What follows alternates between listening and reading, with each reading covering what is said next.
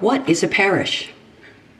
According to the Catechism of the Catholic Church, a parish is a definite community of the Christian faithful established on a stable basis within a particular church. The pastoral care of the parish is entrusted to a pastor as its own shepherd under the authority of the diocesan bishop.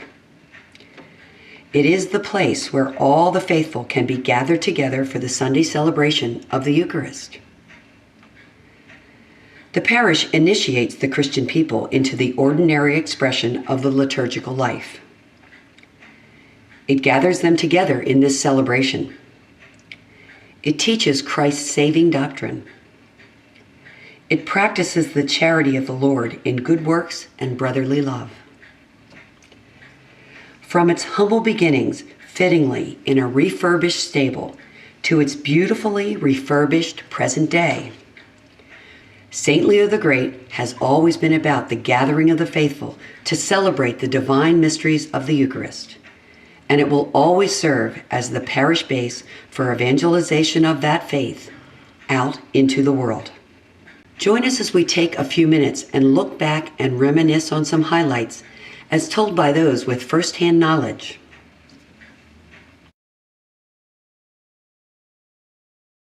How blessed and humbled I have been to serve here only 6 out of the last 50 years, but so many memories of people who live their faith, so generous in their time and treasure and talents. Certainly as a priest, I think of funerals, visiting the sick, First Holy Communions, weddings, baptisms, and all I see here is a vibrant community. So grateful to God for these last 50 years and now looking forward to the next 50.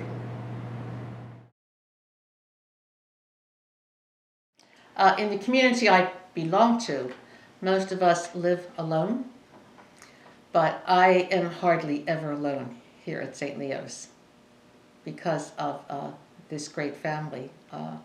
I absolutely love the work that I do, whether it's working with adults in Bible study or spiritual direction, but in particular, the children certainly do energize me in all ways. They bring their problems, their joys, their sorrows, a pet lost or died, but then they do lots of funny things.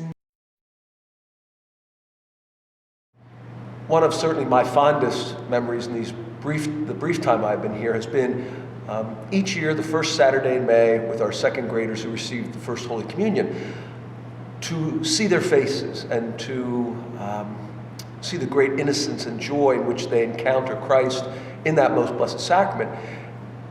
Any priest will tell you it's one of the greatest joys, and certainly here with our parish school, and to be able to teach the children, it's been a wonderful experience for me. And even seeing them grow up. Now that first group is now our 8th grade students who will soon be going to high school. And what a joy to see them grow in faith and to see them grow closer to Christ, our Lord, in that most blessed sacrament of the Eucharist.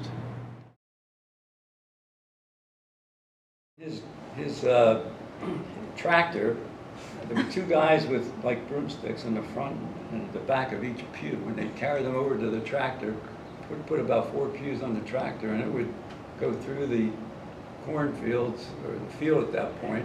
There was no Sykes Drive or anything, and over to the church, and then they'd bring them in, and Bob Wiegand, I think it was, who was in charge of he had laid the linoleum onto the floor, and he was in charge of getting the pews set up so they were right.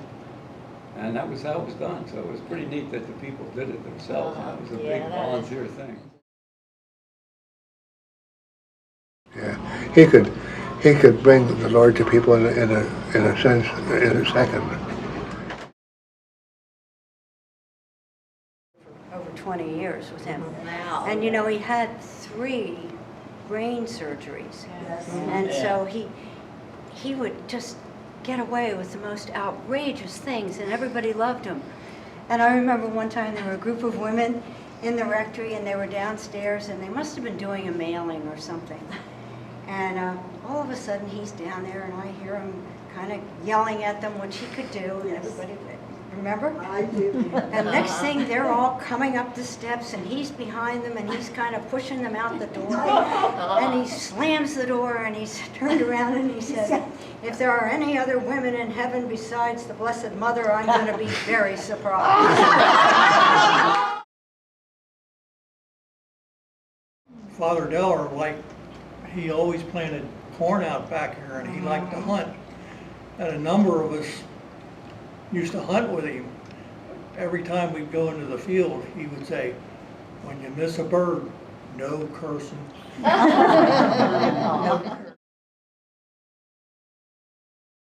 mean, we were here in a time when we were raising families and meeting people our same ages, and it was that community type of thing that we really built long relationships with friends and neighbors, and but we did things, and I wasn't involved much with the school at the beginning, but every area needed money, I guess, because we started with a ground basement. And I remember the first we'd have the fairs would be downstairs with a minimum amount of atmosphere, you know. And then we put the tile down the basement, and then we moved upstairs. And I could remember, and it's amazing the crafts you learn, the skills you learn from just picking up from other people. It was just at the time, and later you realize how much it was really added to your ability to appreciate other people's talent. But that's what would start it. A picture with Mother Superior, somebody here. Well, She I don't had have a bell. picture of that, but I have a picture here of my son going to first grade.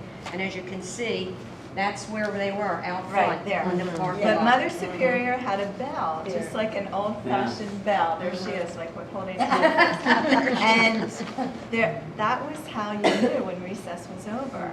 So we in the 8th grade, this is terrible, 6th, 7th, 8th grade, whatever, we would take the bell and hide it.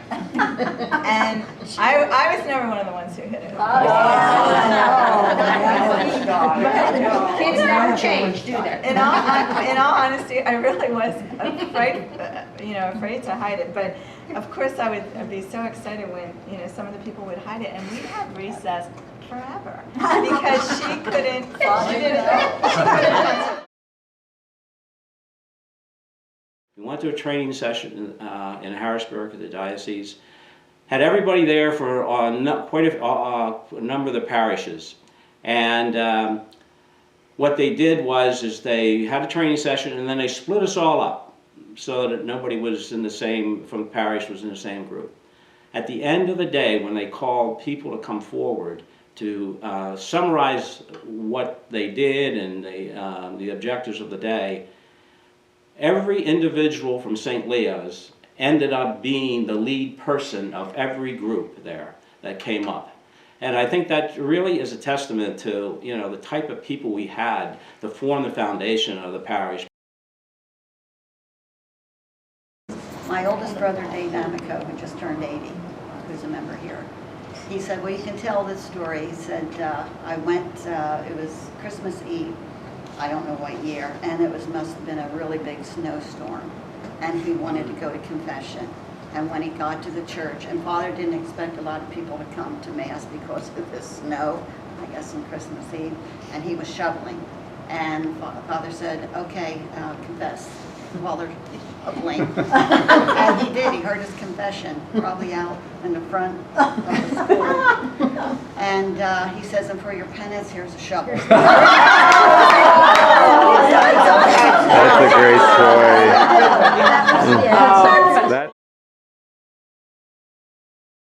Yeah, I got another story for you about the festival. When they had it for so many years, there never was any rain. They always got the festival in for probably 20 years. And Father Sullivan was coming in to take his place, take Father Deller's place. And he said, he came down the stairs that morning, and he said, Eddie, what do you have in the way of a contingency plan in case it rains? He said, it never rains. He said, well, what do you do in case it rains? He said, never rains. It poured that way. Father Sullivan decided he was going out of the room because he wasn't getting anything accomplished. And he walked out of the room, and Father Diller looked out the window, looked at the low clouds, and he said, "Never rained when I was pastor." I was there. I heard him say that. I was there. I can tell you a funny story of the festival that was about Father Sullivan. They had one of the things there that they had a booth set up, and they had toilet bowl thing covers. And the people were supposed to stick their head in, and then the kids could buy rolls of toilet paper. And they could throw and see if they could hit the person in there. Well, my son Dan, sorry, that's your name too, but anyhow, he decided he was going to get up there and he was going to really pitch those toilet rolls at Father. So Father had his in there, and he's standing on a chair to get to it. And Dan winds up and he lets one go and it hits him, and he goes backwards off the chair and broke his leg. Wow. So, as you can tell, there was no more toilet paper rolls.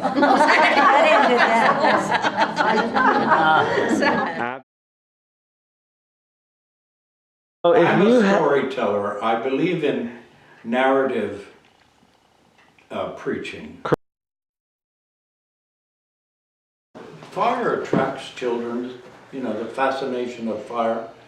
And I used to, you know, we used to call them barn burners.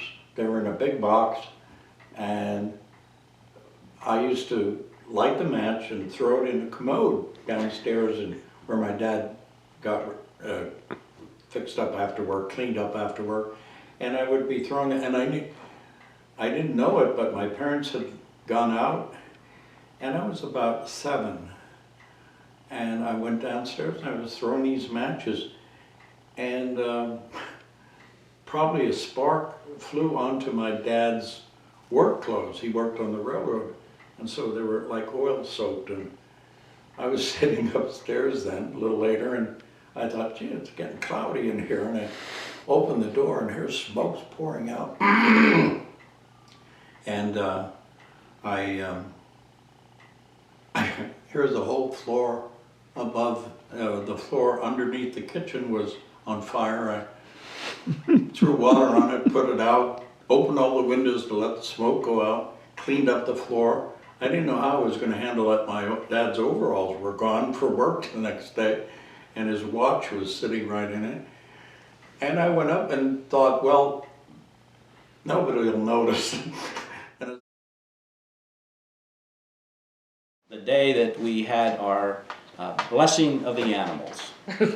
And this was held out here in the parking lot, and everybody brought their pets and animals, and we had, as a result of a lot of things that happened at that particular event, we had dogs chasing cats, we had cats up in the tree, we had goldfish bowls spilled all over. And I remember Father's quote at the end was, "This is the first and the last blessing of the animals' days that will take place at St. Leo's." Even to this day, I have a great love for the ability to say Mass and people's love for the Eucharist. On the bottom of my chalice, I had engraved words, in loving memory of all the people who led me to Christ's altar.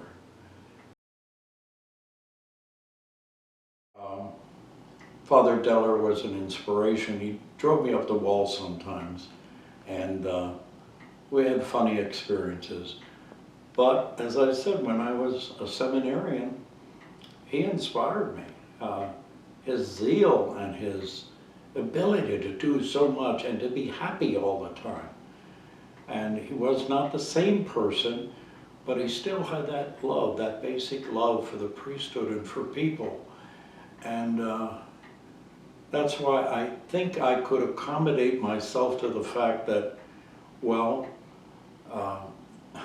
they didn't really like a new man coming in, and I got to love Father Deller.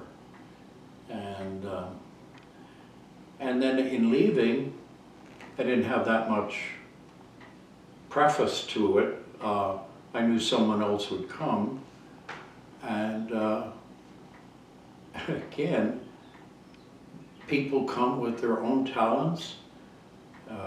They are able to answer other needs and to put an imprint on the history of a parish. With Father Peter, I remember when I met that man as a member of the board at Lancaster Catholic. And I think I one day said, did you ever think of vocation to the priesthood? And we didn't go into depth on it, but I saw in him a love for the priesthood. And very systematic man, very organized. And I saw in him qualities that I wished I had. But then I thought, well, you have qualities too, and again, different strokes for different folks. I had the great blessing of being preceded here by Father Sullivan, who I knew before coming here, and whom all of the parishioners know as such a holy man with great generosity and great faith. And it has been wonderful to see him come back from time to time, as the people still fondly remember his great time here and his great leadership, and certainly most prominently in the construction of our parish church. So his guidance, his advice when I first came here was much appreciated, and since that time his counsel has been very, very important, as I have now, again, as I've said, had this honor to succeed him as the pastor here. I think as we celebrate our Golden Jubilee, you know, it's about the people, it's about the priest, it's about the parish, but it's more about God, and we really celebrate the great blessings that He has given us during the past 50 years, and I'm so grateful that I'm one of the recipients of that great blessing. And I guess what we're called to now is to look ahead with discerning hearts. What blessings does God want to give us in the next 50 years? I know I'll be looking down from heaven sometime soon. I won't be here in 50 years. But, you know, what is it that God calls all of us to look into our hearts, and what does He want us to do to continue to make this parish a great family home on earth? As we gather now to mark the past 50 years, we look forward to the next 50 years.